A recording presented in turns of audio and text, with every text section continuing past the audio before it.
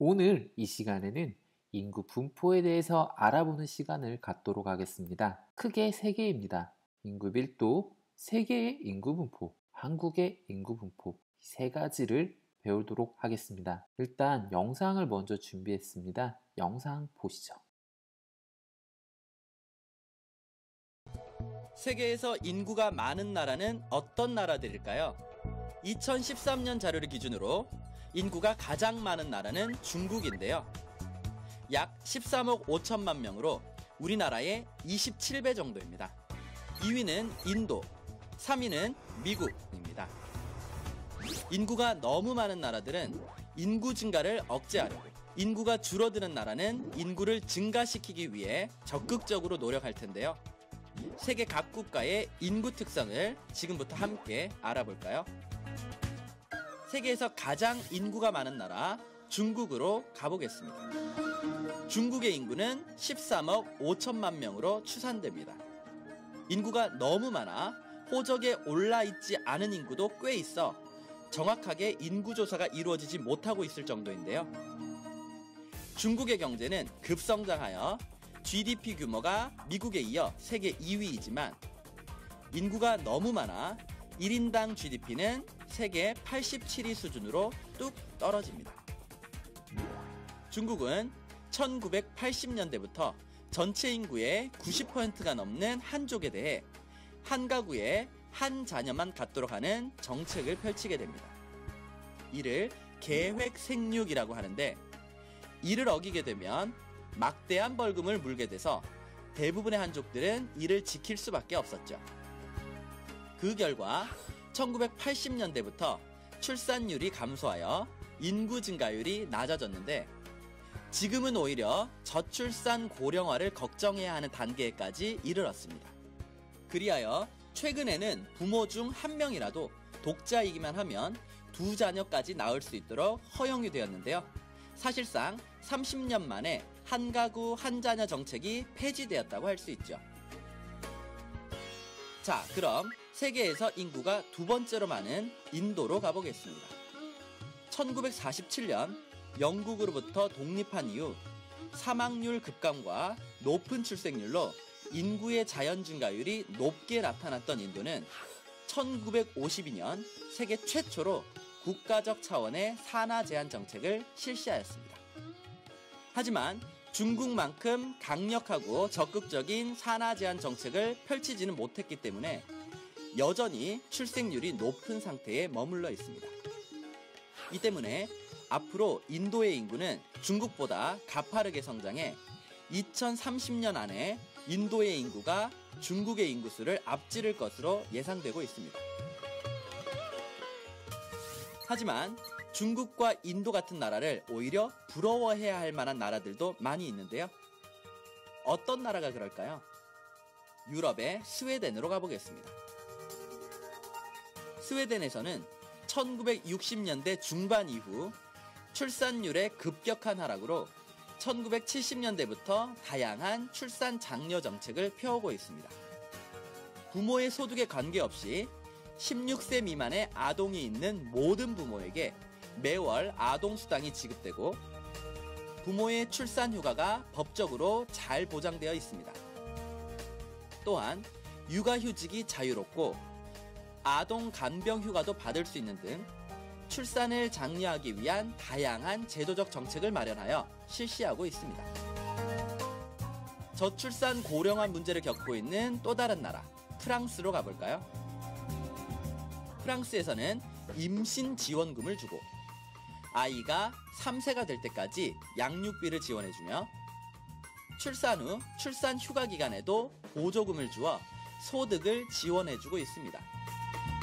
또한 가족수당 제도를 실시해 자녀 수가 많을수록 더욱 많은 가족수당을 받을 수 있도록 하고 있기도 하죠.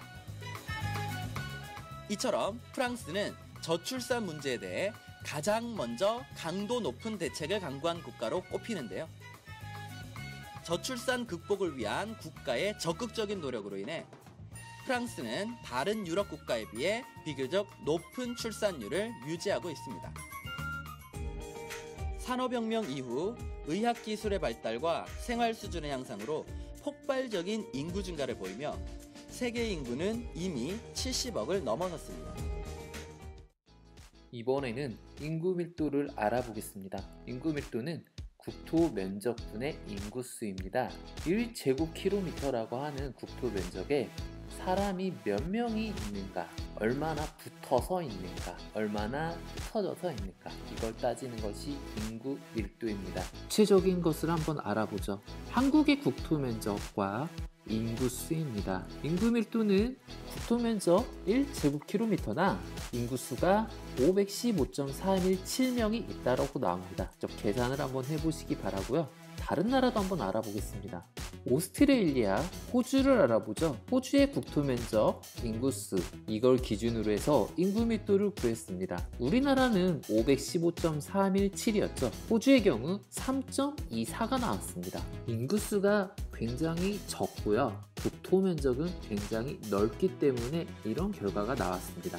여기서 한 가지 오해하시면 안 되는 게 있습니다. 호주의 인구 밀도가 낮게 나왔다라고 해서 호주에 있는 모든 도시가 한국에 있는 모든 도시들보다 인구 밀도가 낮게 나오는 것은 아닙니다. 사례를 한번 보겠습니다. 호주의 대표적인 도시 시드니입니다. 한국의 대표적인 도시 임실입니다. 한국의 임실보다 시드니가 엄청나게 인구 밀도가 높습니다. 심지어 시드니의 인구 밀도는 아까 한국 전체의 인구 밀도보다도 훨씬 높습니다. 호주의 경우 육지의 대부분이 사막이라서 그 사막에는 사람들이 대부분 살고 있지 않습니다. 하지만 호주의 동부는 사람이 살기에 적합한 기후가 나오기 때문에 이곳에 사람들이 집중적으로 모여서 살고 있습니다. 그래서 인구 밀도가 도시 하나는 굉장히 높게 나오는 것입니다. 이번에는 세계의 인구 분포를 한번 알아보겠습니다. 첫 번째, 북위 20도에서 40도 사이에 세계에서 인구가 가장 많습니다. 두 번째, 적도와 극지방은 덥고 춥고 인구가 적습니다. 아시아 대륙과 유럽 대륙은 인구가 많습니다. 하지만 오세아니아는 인구가 적습니다.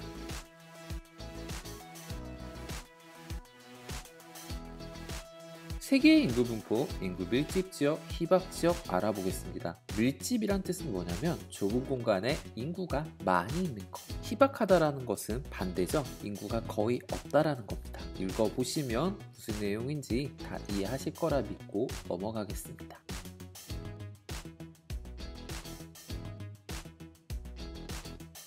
우리나라의 인구 분포 알아보겠습니다. 1960년대에 산업화를 하기 전과 후로 나눠서 알아볼 겁니다. 산업화 전에 인구 밀집 지역은 주로 남서부 지역입니다. 왜냐하면 이곳은 따뜻하면서 평야가 많았기 때문이죠. 반대로 인구가 희박한 곳은 산이 많고 기온이 낮았던 북동부 지역입니다.